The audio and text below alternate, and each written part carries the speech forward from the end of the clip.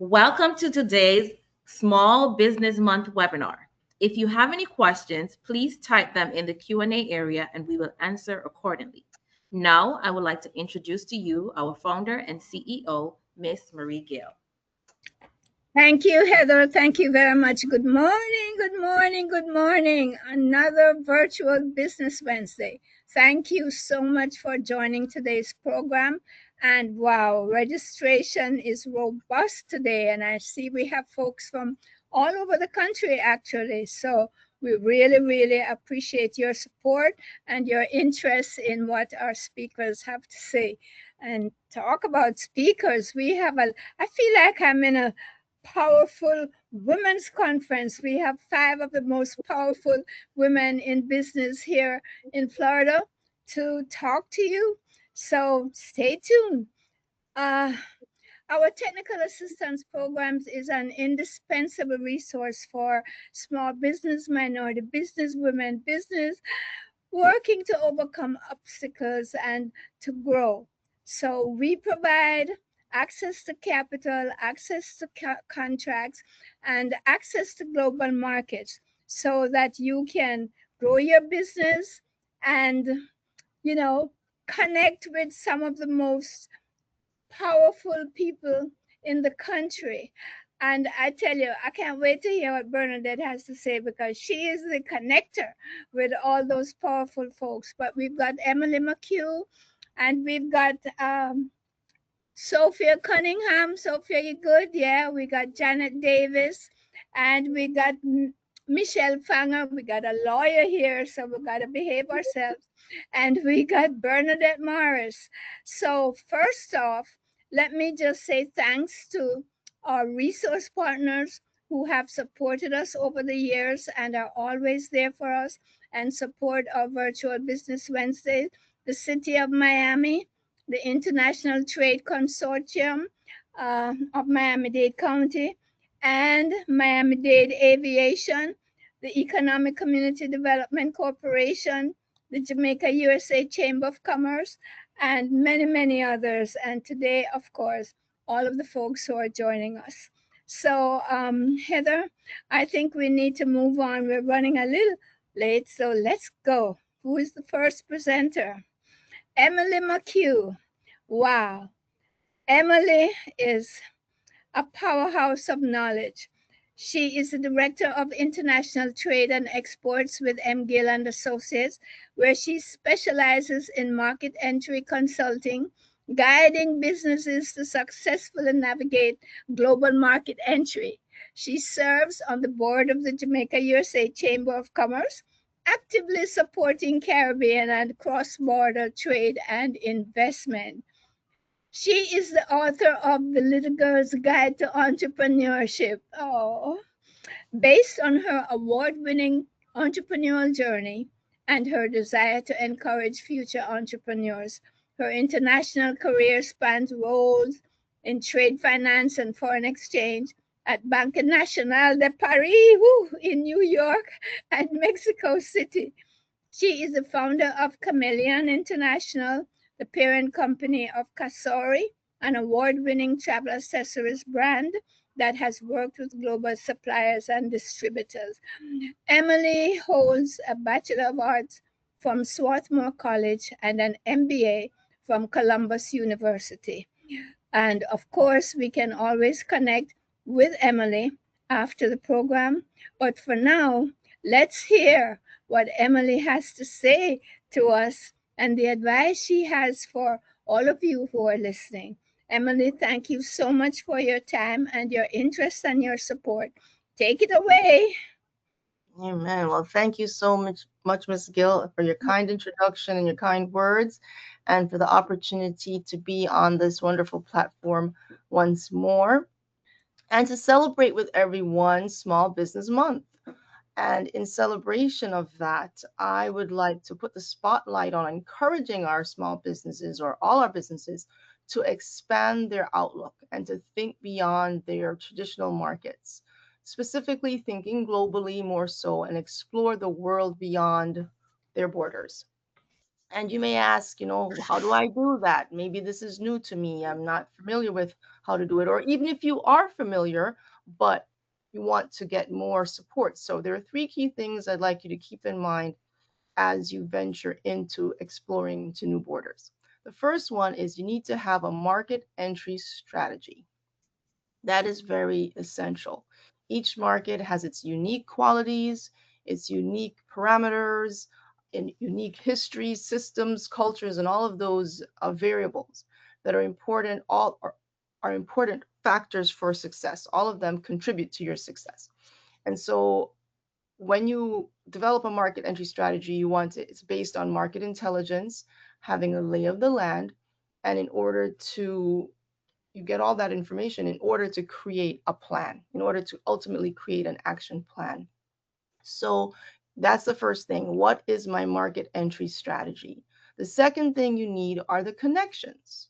Who are you connecting with? And by the way, you need the right connections, not just any old connection. You need the right connections, whether it's suppliers, whether it's clients or customers. You need to have the right clients, right suppliers, right support system to support what it is you want to do that's in alignment with your brand, your company vision, and what your goals are as a business. So all of that has to be aligned. And so that's necessary in order to execute your strategy.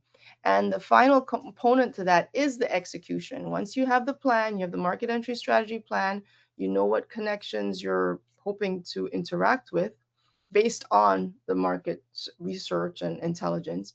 Now you need to execute, bring it all together and execute, implement the plan, and then follow up and follow through. So to bring it to the place where you can close the deal or to close the transaction. So all of this seems very straightforward, but there are lots of components to that.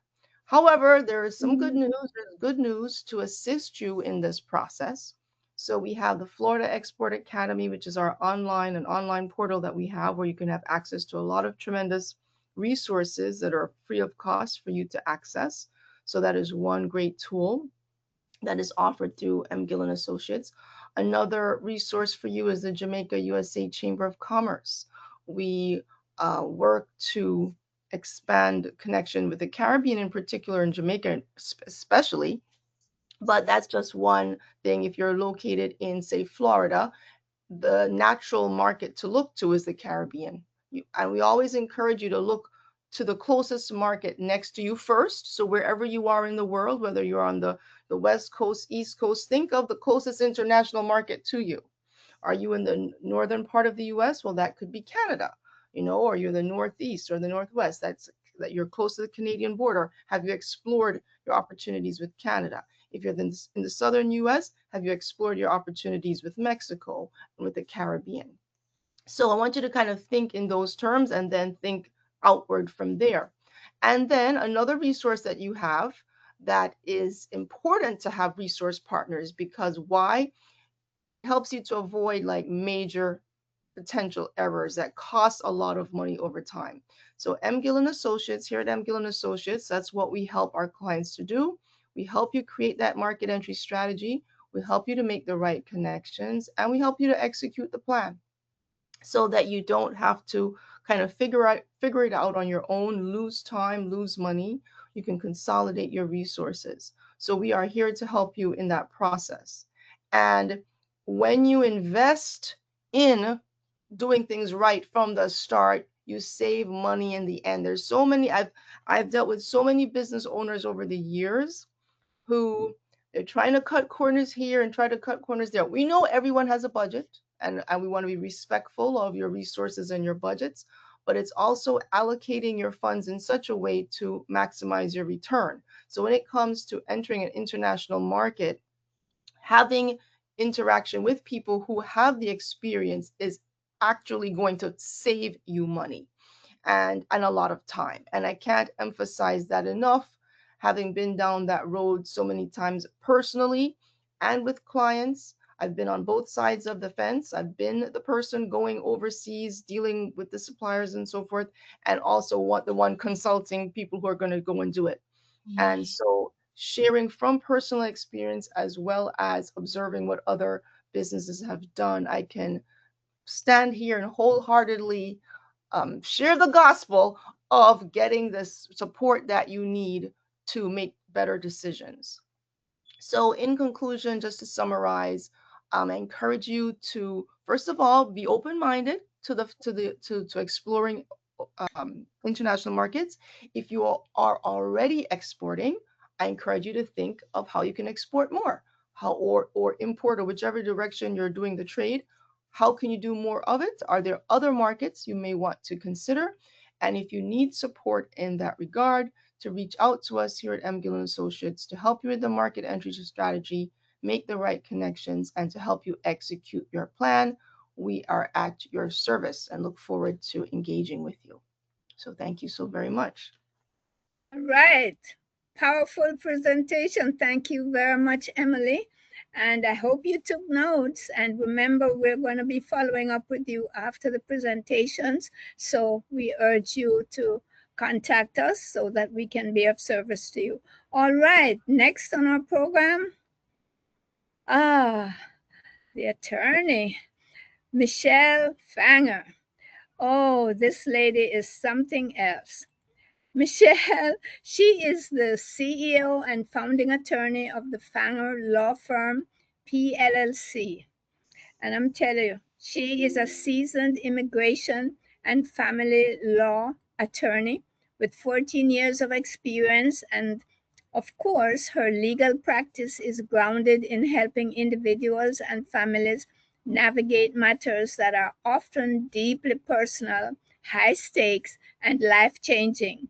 Over the years, she has built a reputation for bringing professionalism, strategic thinking, and compassion to her work, with a focus on guiding clients through complex legal processes with clarity and confidence.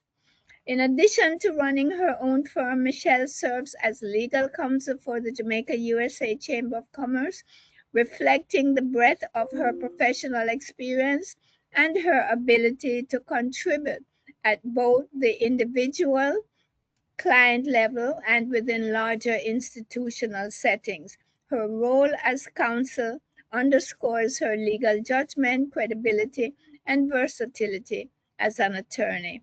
She's also actively involved in the legal community through her memberships in Florida Bar Association and Dade County Bar Association. And she also hosts Legal Talk with Michelle Fanger on 99 Jams. So you can find out further from us when that is, which days that's aired, and we'll send you the information so you can listen to her. On a personal level, I know if I don't say this, I'll be in trouble. Michelle is the proud mother of Hadrian, and motherhood is an important part of her life and her identity. Her role as a parent adds another dimension to the perspective she brings to her practice, especially in areas of law that affect families, children, and long term stability. So, ladies and gentlemen, I give you our attorney for today, Michelle Fanger. Take it away, Michelle. Thank you so much for that introduction. Really appreciate it. Good morning, everyone, and thank you all for being here. As mentioned, I'm Michelle Fanger, the founder of the Fanger Law Firm PLC. And today I'm going to share an overview of business immigration to the United States, including common visas and green card options for investors, entrepreneurs, employers, and professionals. My hope is that you will leave with a clearer understanding of the pathways available and the importance of choosing the right legal strategy. Next slide. Okay, so most importantly, as I mentioned, we have different types of options. You have an investment visas, you have entrepreneur visas, employment-based visas, intra-company transfer visas, and permanent residency options. And I'm going to break those down. Okay, so who qualifies for the treaty investor visas? So that's a very important visa for people who want to come here and to start a business here. And 1 second. So usually you have to meet a requirement to show that you're able to put money into the economy, whether it's by starting a business or is it like you have a business already from your home country and you want to transfer that business here. So you're going to show that you are able to employ individuals giving back to the economy. Because one of the most important things to the government here is that whatever you're starting is able to improve the economy, add to the economy, grow the economy. And this is a good option for individuals. You don't actually get a green card, it's just a temporary visa, but it allows you and your family to migrate here and live here. And that is a great option if you're still on the fence about leaving your home country to fully relocate here, or you just want to temporarily live here. But the good thing about this is that after a few years, you're able to apply to get your permanent residency. All right. Moving on to the next slide. Okay, for the investment program, the threshold is that sometimes they have to make it over like 0.5 mil or more. If you want to learn more details, I know that this is a compressed presentation because we are strapped for time, but I could go into more detail if you reach out to me. I'll provide my contact information at the end. So as I said, it's to create jobs here. It has to create jobs. You have to show that you're going to create a job that is going to be profitable. You have to show that established by your business plan, etc., that this idea is going to sell. You will employ people. You can't just say, I have this idea, I'm going to do it. You have to show. You also have to show a history of what you have done in the past if you had a prior business. Right. And as I mentioned, it's also a direct pathway to a green card because the visa is temporary, but after a period of years, you can apply to get your green card. And it is where you're going to do regional center is that you could focus on a particular area, or you could just focus on direct investment. Some people purchase properties, and that's also a way to get your green card. Slide. Sorry, I thought I had it where it was, like going. Okay, the intercompany transfer visa.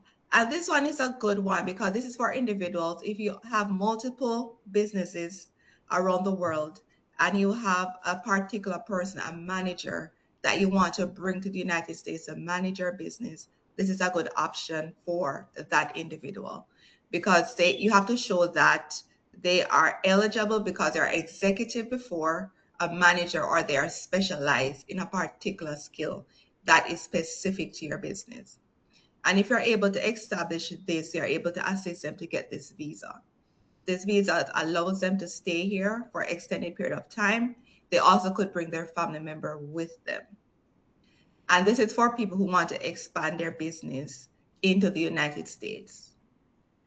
And also, like before with the other one, after a period of years, you're able to get your green card permanent residency. So this is a very good one if you already have your business established and you just want to get somebody who is more skilled and have more expertise into your business instead of hiring somebody here who's not already familiar with your business. All right. Okay, the O visas. So O visas is for individuals with extraordinary abilities. This applies to entertainers. This applies to professors. This applies to athletes or anybody, a teacher. If you're a teacher, but you've been teaching for X amount of years, you have your PhD. This is for you. And this is also for businesses who have individuals who have their master's degree and years of experience that they want to relocate to the United States. And it is for businesses and startup and for innovation relevance. And for this one, you do have to establish. You cannot just say, I think this person has extraordinary skills. You have to establish to the government, the US government, that they do in fact have it. So they have criteria that they have to meet. So if it's a professor, you have to establish that the professor has been teaching for X amount of years. He has published work that he has done. Also, he has advanced degrees. if it is an individual that you want to work in your business, they not necessarily have to have a degree, but you have to show that through the years they have been working in this industry, they have had certain accolades. And all these things will show that they're a standout in their industry. And this is why they should get the O1 visa. All right. Next slide. Okay, H-1B visas and business employment. And this is one of the easier categories that a lot of companies try to get because you don't have to be exceptional in your field. And this is just a temporary visa where you're coming to work, whether it's seasonal or for an extended period of time. And it is for skilled workers. But with this category, you have to have an employer already established that meet the requirement. So you not only have to be like have a business and say you're going to hire someone, you have to establish before you take in employees that you meet the requirements of the US government. Like you have to have X amount of money. You have to establish that there's nobody in the United States willing and able to work. You have to provide the financials for your business. And you have to show the longevity of your business. And once you have established this with the Department of Labor and with also immigration, then you're able to hire on people. As you've seen, like people will hire people for the hotel industry, teachers who oftentimes sometimes get the J1, but some teachers do get the H1B. And as with everything else, they have an annual cap of these. So it's not like you have a specific time of year that you have to apply for this visa. And they have a cap with the amount of visas they're going to provide. And the role that you're hiring this person, their skill has to match the role that they're coming into. And this is a great one for people who don't really have, extraordinary skills. Okay, green card option for business immigrants. So you have the EB1, and this is for extraordinary ability or multinational executive. And it's similar to the O1, but the thing with the EB1 is that you can petition for yourself. You don't have to have an employer if you can establish that you have extraordinary abilities. Similar to the O1, you can establish that I'm a professor, I have written work, I have been working for X amount of time, so I qualify to get a green card.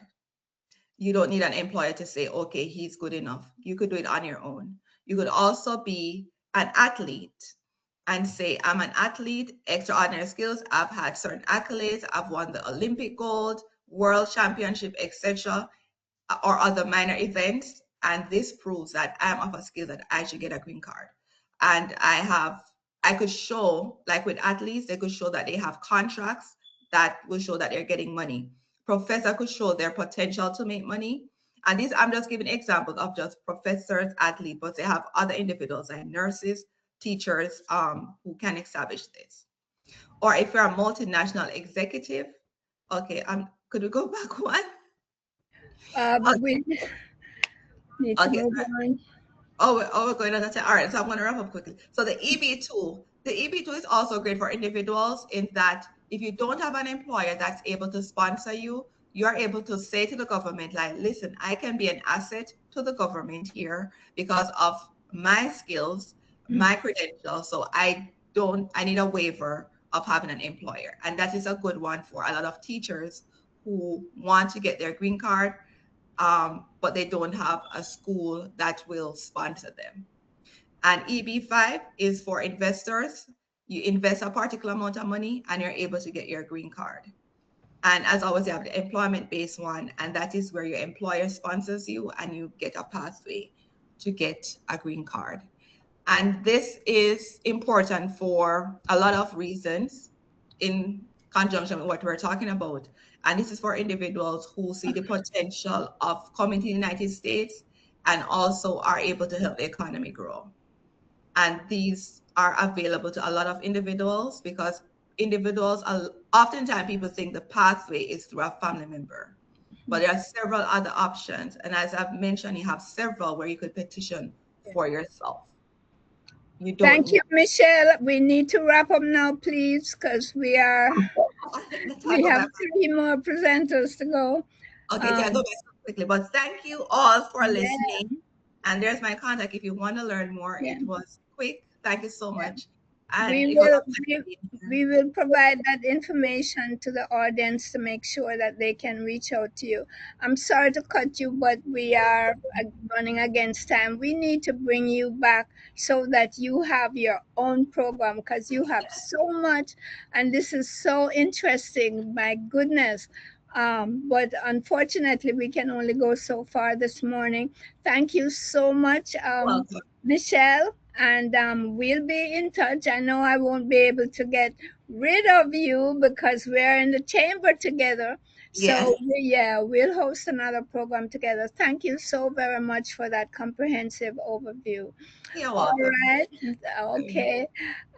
Okay, next we have the accountant. You got your books and stuff in order?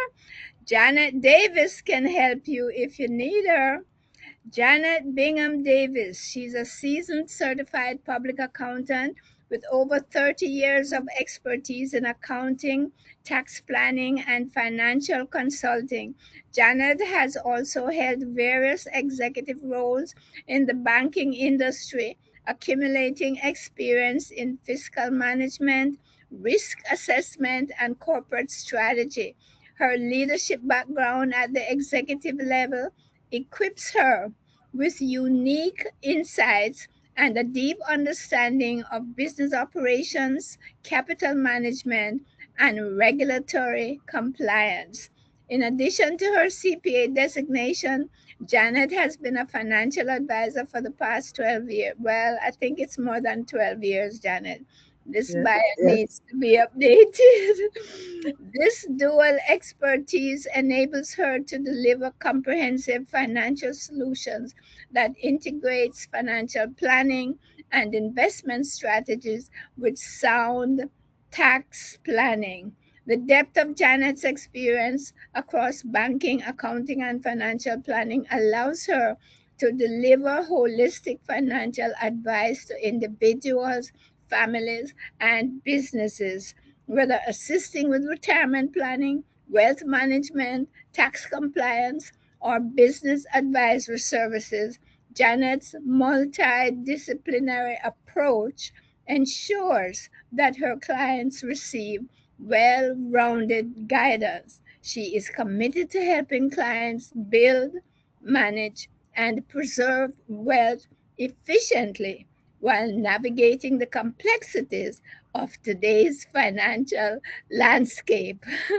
Janet Janet is also the treasurer for the Jamaica USA Chamber of Commerce, and we can attest to her ability. And we welcome you, Janet, to the program. Thank you so very much. And we have all been patiently waiting to hear from you. So take it away. Good morning. Can I Yes, have my slides, please? yeah. Did Heather have my slides? No. Is it possible for you to share your? Okay, hold on. Okay. Let's see if I can. Do I have it open on here?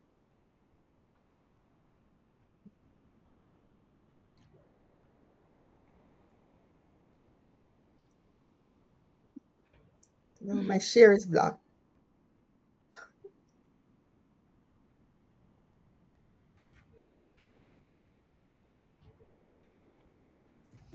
You have to release my share, Heather.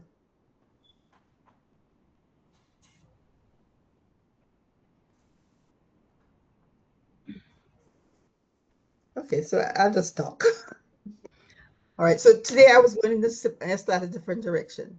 I'm talking about winning in a slower economy and smart cost cutting without killing growth. In a slower economy, most companies cut costs. The best companies, however, cut waste and double down on what drives growth. Cost cutting blindly weakens the business. Strategic efficiency strengthens it. Now remember, not all costs are equal. Some costs drive revenue, some costs drive efficiency, and some add little value. Across the board cuts, hiring freezes, layoffs is the first move. Why does it backfire? It reduces your capacity to grow. It hurts morale and performance. It eliminates high impact activities along with low value ones. Not all costs are equal. Some generate returns, others don't. So you have to shift your mindset and look at efficiency versus reduction. The bad approach is, where can we cut 10%?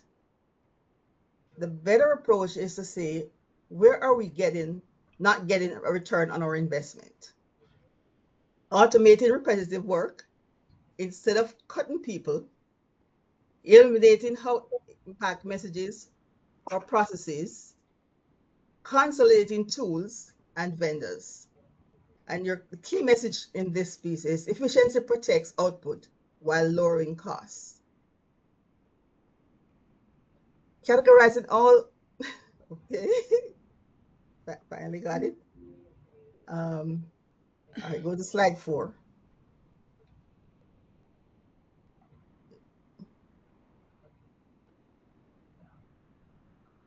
Slide 4.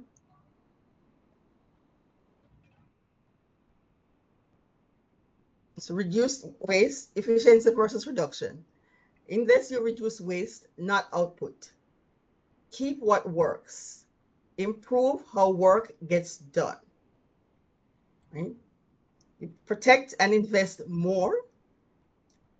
Low cost, high return on investment with low cost allow you to scale quickly. High return on investment with high impact protect you and invest. Low return on investment with high cost, you reduce, waste, or eliminate. Low return on investment with low cost, evaluate on a case-by-case basis before you make a decision. Ask yourself these questions. Does this directly drive revenue or customer retention? Can this be done more efficiently? Technology processes. If we stop this today, would the business feel it?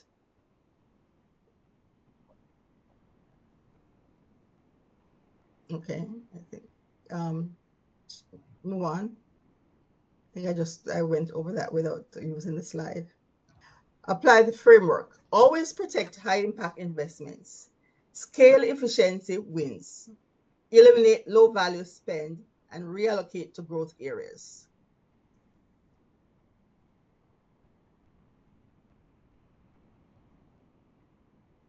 Ask yourself these questions. Does it drive revenue or retention? Can it be done more efficiently? Would you notice it if you stop doing it? Mhm.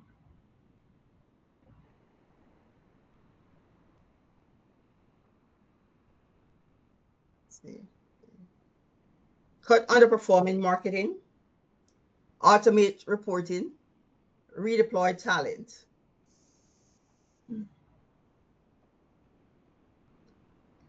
Cut waste, not capability. Use ROI as return on investment as your guide. Reinvest in growth. So what that means is, instead of maybe just laying off all the employees, take a look at your employees and maybe you can shift them around and look at what it is that they do good or they can do better. Because maybe just allocating that resource will help you, because every time you have to go out and look to hire someone new, it costs a lot more than retraining someone in-house. Okay. Final thought is, don't become smaller, become sharper. Think about everything that you do, put it on the paper and take a look at it. And then based on that, you come up with, sit down and develop solutions. So my thought is, cut waste, right? But look at what it is, your return on your investment. Whatever you're keeping should drive revenue.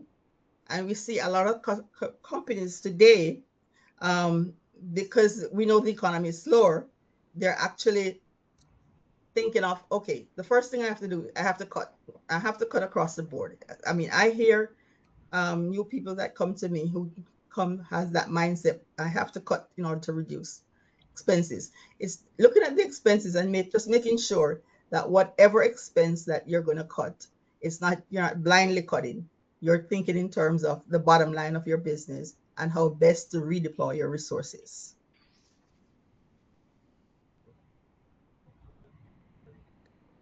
And again, my name is Janet. My information is on the screen. If you need to reach out and talk to me, you can always give me a call. Thank you, Janet. And just for our listeners, your accountant is not just the person that does your taxes at a certain time for the state and annually for the federal government. Your accountant, especially folks like Janet, and especially Janet L. Davis, CPA, will guide you, will look at your business with you, and help you decide on strategies, especially when things are not going so well with the economy. You do your SWOT analysis, and the external sources are not working in your favor. How can you adjust?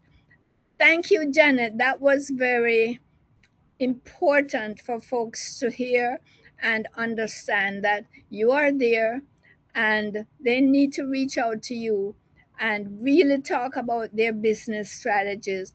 And I know because you and I work together and I know your skills, that's why you're here. That was very comprehensive. And I do appreciate your support and the way that I've been to your office and I've seen how you deal with your clients. So, she is really of the heart as well. And it's hard to find accountants that kind of have that empathy, so to speak. But anyway, thank you so much, Janet. Now, Bernadette, I don't know what to say about you. You are so patient, but we're coming, okay? We're coming. No worries. Next, I know you're gonna encapsulate all of this when, when it's your turn. Okay, so who is that beautiful lady now on our screen? I believe it's Sophia Cunningham from Miami-Dade County. Sophia, all Hi, right. good Okay, morning. you're there. Good morning. Well, Sophia Cunningham is an assistant director with Miami-Dade County, their strategic procurement department. She oversees procurement training for employees and the vendor community, outreach events, marketing, and promotions. She has over 20 years' experience in procurement and has worked for both public and private sector organizations. She has expertise in many areas, including public private partnerships, procurement policy formulation and implementation, contract management, and international procurement. I think you and Emily need to be talking. Sophia holds an MBA from Florida International University, a Master of Science degree in Public Management, and a BSc degree in Public Administration and International Relations from the University of the West Indies. Hello. In 2024, Sophia received the Florida Association of Public Procurement Officials Outstanding Educator Award. Wow, for her contribution to the education and development of procurement professionals. Sophia volunteers as a mentor with the NIGP, a vice president of the Greater Miami chapter of the NIGP, and an approved Universal Public Procurement Certification Council study group leader. You're going to have to explain all of this for procurement professionals preparing for the Certified Public Procurement Officer and Certified Professional Public Buyer examinations. Okay, we can break this down, but it just says that you are a fabulous educator. You have been recognized locally and nationally for your expertise. You have trained and prepared a lot of folks to handle the procurement process, and we appreciate that you're here today. Welcome to the program, and let's hear what you got to say. Okay, thanks for having me, and good morning, everyone. So this morning I'll be talking about how you actually grow your business with Miami-Dade County. I am hoping that there are some registered vendors that is in the audience with us this morning, and also persons who have had contracts with Miami-Dade County. Now, next slide, please. So in the county, the Strategic Procurement Department is a central agency for procurement. So we do all type of procurement, whether it is acquisition of goods and services, architectural and engineering services, or your design build projects, managing public-private partnerships. We are also the administrator for the small business enterprise programs, because we actually believe in our small business that they are the engine of growth, and therefore we provide contracting opportunities for these small businesses. Next slide. I know we don't have a lot of time, so you can go to the other slide, Heather. So at the county, we purchase everything. Some persons would say from an anchor to a pin, right? So we do architectural and engineering services. We do the construction projects, whether those are just simply renovating a building or demolishing a building or new construction. We do janitorial services and supplies, medical supplies. Think about the uniforms. We have the firefighters, we have the correctional officers. We have a myriad of vehicles that we purchase. For example, those buses that transport persons from throughout Miami-Dade County. We also purchase food, whether it's for the inmates, whether it's for the animals at Zoo Miami. We also have a lot of facilities within the county, and therefore we have security guard services for all of those facilities. You can go to the next slide, please.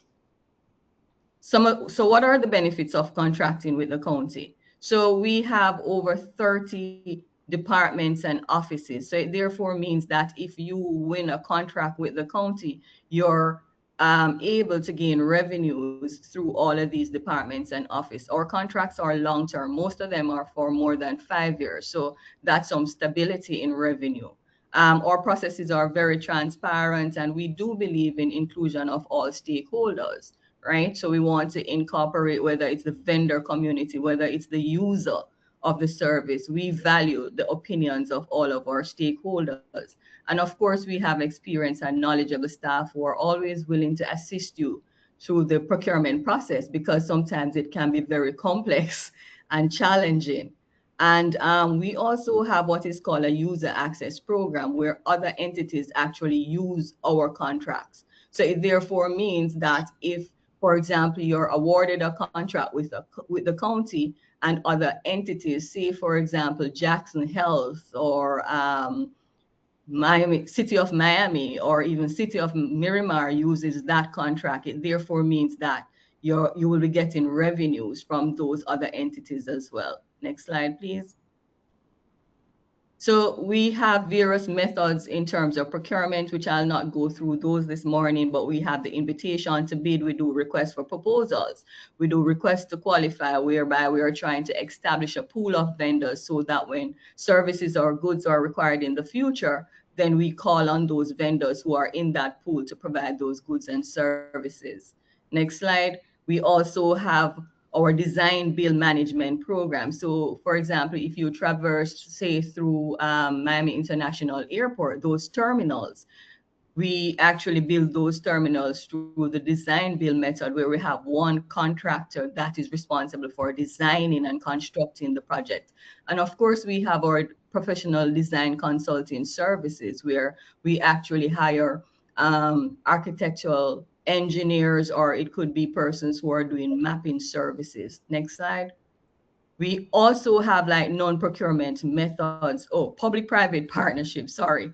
So, I mean, we know that governments are sometimes low on fund, and therefore you have to partner with the private sector. So one of the courthouse that is across from my building, which is the civil courthouse, was built through a P3, where we actually collaborated with a private sector firm and we share the risks, the rewards, and the responsibilities of the project. Next slide. Sometimes we actually also do non-competitive methods, because as a government entity, there may just be one vendor out there who is able to provide that good or service, and therefore we may do a sole source or a bid waiver. And of course, in Florida, we are affected by hurricanes, right? So we have to think about emergency purchase at those times, because that is unanticipated, it is unforeseen, it is immediate, and therefore we have to invoke emergency purchase. Next slide. We have a lot of programs because, as I said before, the small business enterprises is near and dear to our mayor, especially, and therefore we have carved out several programs for small business. One such program is the janitorial and landscaping, where this particular contract is set aside for small business. Next slide, we actually have what is called the equitable distribution program, where again, these contracts are set aside for our architects and our engineering and landscaping firms once they are registered with us as an SBE. Next slide. And then we have the construction programs, where we actually set aside construction up to $5 million for our SBEs. I will not go in detail. Next slide. And of course, we actually also have our small business enterprise programs, which is race and gender neutral free. The certification is free and valid for 3 years, and we register vendors in different categories, whether it is the construction program, the goods and services program, or the A&E program. Next slide. And for this particular SBE programs, you have to have a valid Miami-Dade County local business tax receipt at least 1 year prior to certification. You have to have an actual place of business in Miami-Dade. The personal net worth of each owner cannot exceed more than $3.5 million.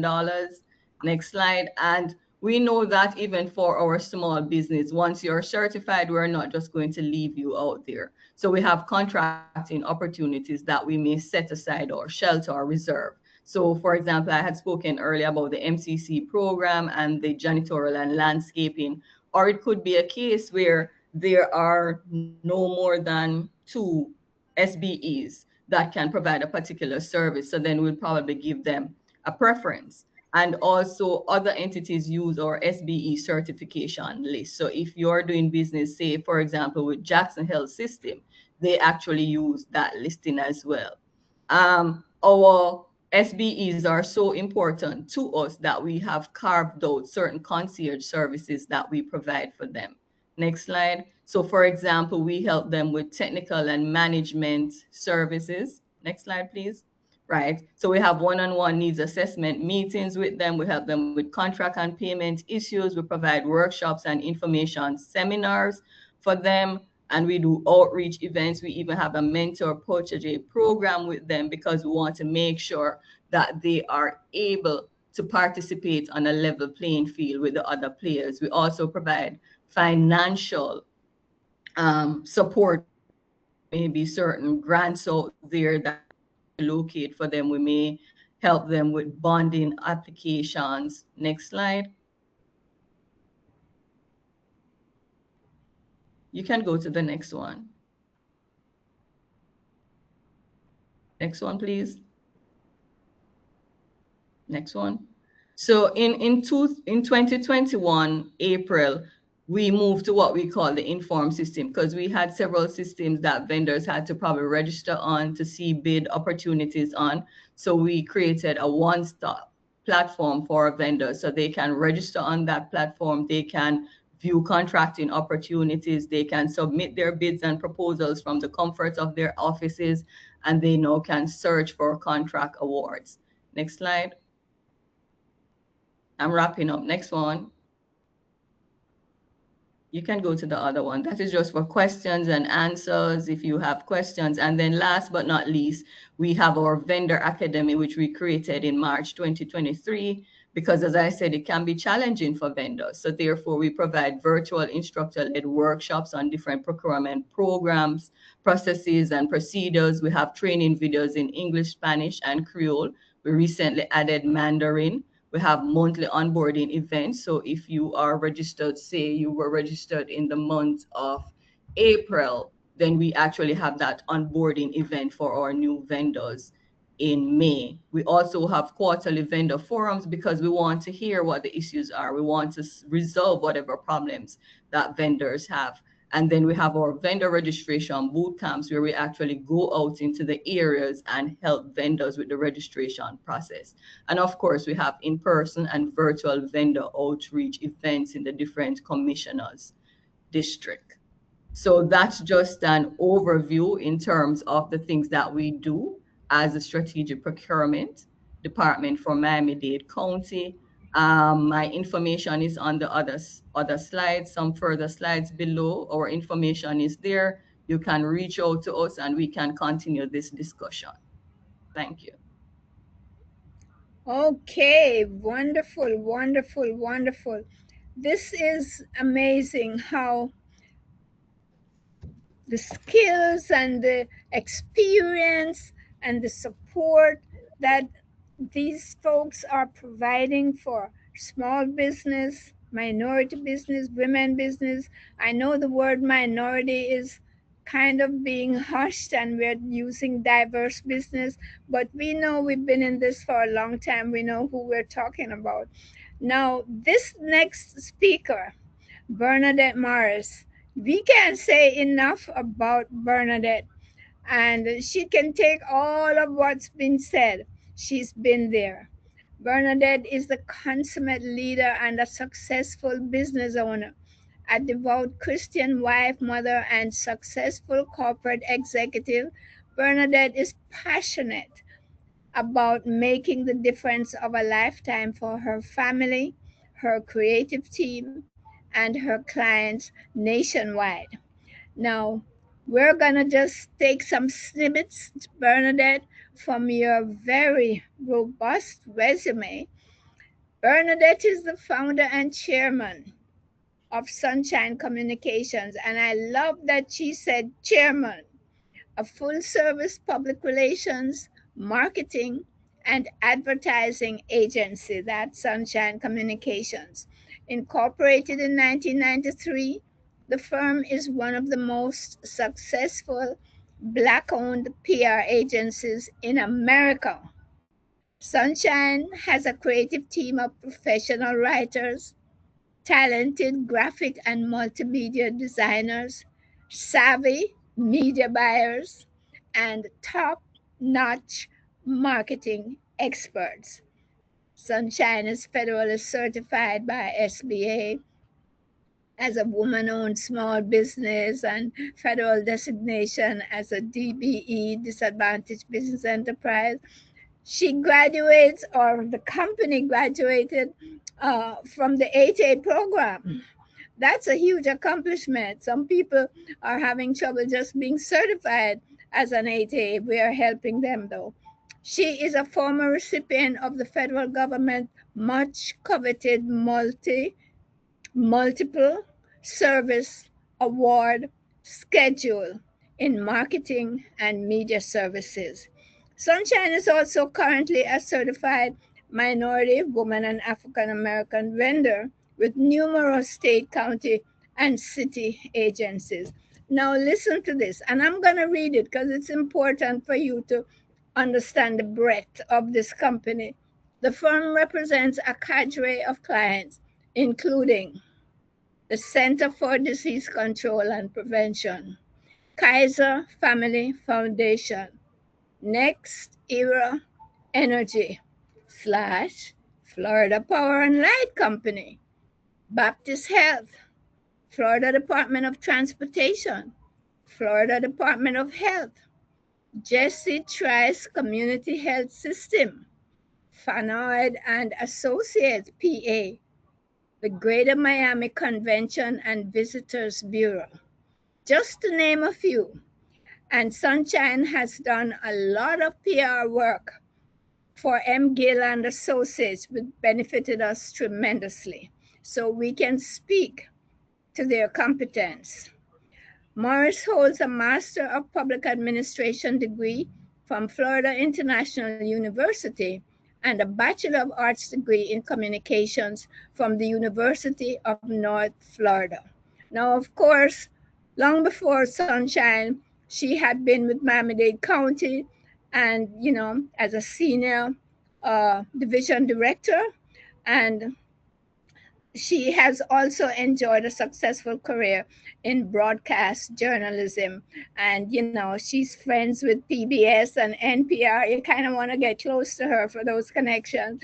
Let me just shut up and ask Bernadette to please talk to us, Bernadette. I am so looking forward to your presentation, and thanks for your patience with us. Well, good morning, and thank you so much for inviting me and for allowing me to be here. And I've just captured so much wonderful news and information from all of the speakers. So thank you all so much as well. I want to just recap what you're saying and maximize it by sharing 4 simple words and then identifying some of the messaging on that for successful marketing and strategic marketing strategies. Create, innovate, stimulate, and dedicate. So to create, know the clientele, know the people you want to reach, know the businesses you want to connect with, and develop that core list of who those people are. I, for a company, always make sure I have my anchor accounts because that gives you a good footing. So good 4, 6, 8, whatever your anchor accounts are, work toward developing that and creating that relationship by being innovative. Innovate new ways to how you're going to make their brand stand out, their service stand out, do what they want done, and then some. And that requires research. That requires getting a real good handle and grasp on what it is that they do and how they do it to be successful in how they're performing and providing. Come up with new things, new and innovative ways of how you're going to share their message. Get to know how you can connect with that audience in a deeper and more personal state. Stimulate. Oh my, how can you stimulate? You carve out that niche. You put it together so that it does have a very unique approach, but one that is proven and successful. That will bring in that return of investment that they're putting on you, and in turn, bring in the value of what you're bringing to that table for that client and for that service. Marketing is not just writing a press release and getting a message out or gets to come to an event. Marketing is developing and building a relationship, one that you know that you yourself believe in and that you strive to make sure that that client has every tool available and every asset needed to get to that next step in their business and in their brand. Because when they succeed, you've already succeeded. And that's always something to remember. The last one is that dedicate. And dedication not only means meeting that client's expectations, but exceeding their expectation. Dedication means if you tell them that it's going to be done by Friday, you make sure it's done by Wednesday before you show it to them on Friday. So you are already ahead of the curve and ahead of the game for that client. It's not always easy, but that dedication means you're taking that effort and that time to not only exceed their expectations, but to give them that level of confidence in who you are and what you do and how you do it. So we got to know our business. We have to know our strategy. We know how to make that work. But then we have to add that icing on the top of this cake and really give them a flavorful relationship with you, with your brand and your business so that they can trust you 24/7. So those are just some key aspects in marketing that I'm hopeful we'll take and we'll really absorb, and we apply it to everything we've heard today on how to build the international relations, on how to make sure all of our legal components are in place, on how to really look at our finances and what we have to measurably work toward, and especially in working with the county on how we're going to build that brand and relationship by getting into some of the materials and items that were discussed.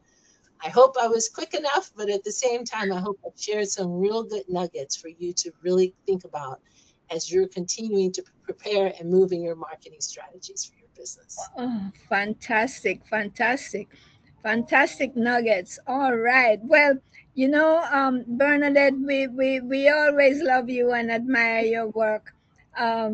I think you and Emily gonna get along really well because I know she's gonna be leaning on you. All of us gonna be leaning on each other. This is so powerful. Thank you so much. Listen, folks, we are celebrating Small Business Week this week. We are celebrating Small Business Month. This is also Export Week. And we are also celebrating the Native American and Pacific Islander Heritage Month. And of course, the Haitian Heritage Month. So all of those things are happening and folks are celebrating and we are recognizing and supporting. And I want you to know that M. Gill and Associate tries to be on top of the game with the help of all these wonderful folks that you heard from today. Now, if you have specific questions, please make sure that you drop us an email. We will be in touch with you after the program. But at this time, I would like to ask each of our presenters to just say a few parting remarks to the audience. All right, so Emily, can I start with you? Okay, very good. Well, I wanted to really highlight the fact, since we are celebrating small businesses and all of this type of thing, you're never too small to export. I really want to highlight that concept. You do not have to be a big old company to think internationally. Think internationally from day one. From day one. Even before you might even know how you're going to do it. But think internationally from day one so it's not something so out there. I really want to just put that. It's a mindset shift. And even some larger companies have that phobia like, oh, we're accustomed to our local market. We do well here. And I don't need to think or beyond. But I want to challenge that notion today to encourage people to think broadly. Okay, thank you. Thank you. That's very important. Very, very important. Okay, Sophia, are you there? Yes, I'm here. Okay. So my parting words would be thanks for being here with us today. And please do business with Miami-Dade County. We see our vendors as our strategic partners. Without you, we are not able to provide those goods and services to our constituents. We are located on the 13th and 19th floor at the Stephen P. Clark Center. Come on over and visit us or go to our Vendor Academy webpage, right? Just search in Google for that webpage and check us out. We are here to help you. We are here to. Okay, we'll send that out for you as well when we respond after the webinar. Thank you very much, Sophia. Janet, parting remarks?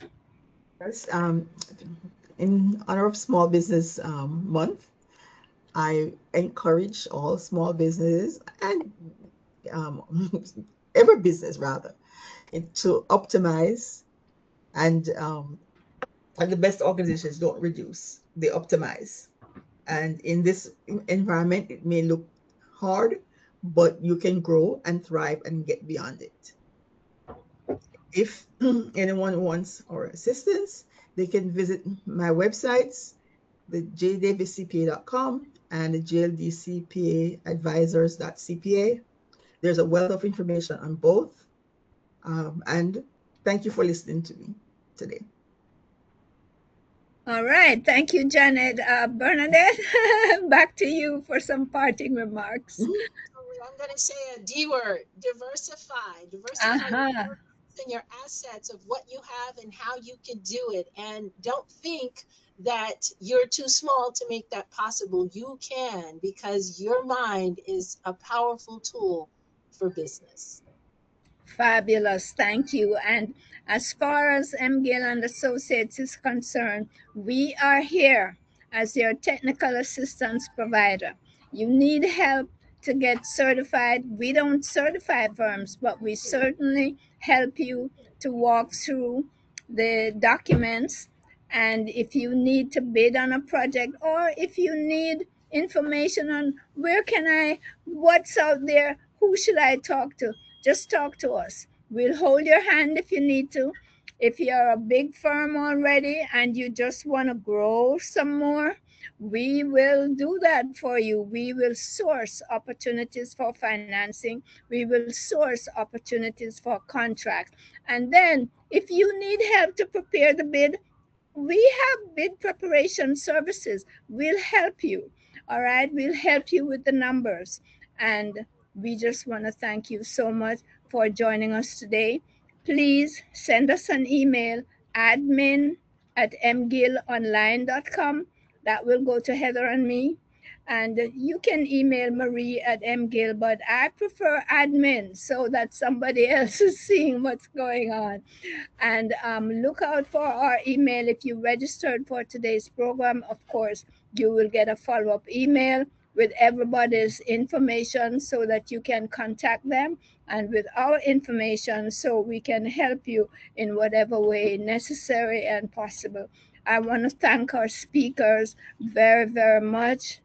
Emily McHugh, Bernadette Morris, Janet Davis, Michelle Fanger, and Sophia Cunningham. Thank you very much, ladies, for bringing your expertise to bear on Small Business Week and for supporting Virtual Business Wednesday. Look forward to having you again because you got so much to share, so much to give. We appreciate your interest and support of the small minority women and veteran business community. All right, so I think it's time to turn down the phone, turn off everything. I want to thank Heather Gordon on my team in the background, keeping the slides going. Thank you all very much. And the rest of my fabulous team, I want to thank you all for your support, your services, and for helping to keep MGill and Associates in the spotlight. Bye-bye for now, everyone. God bless you. Take care of each other, take care of yourselves, and take care of your business. Love you. Bye-bye.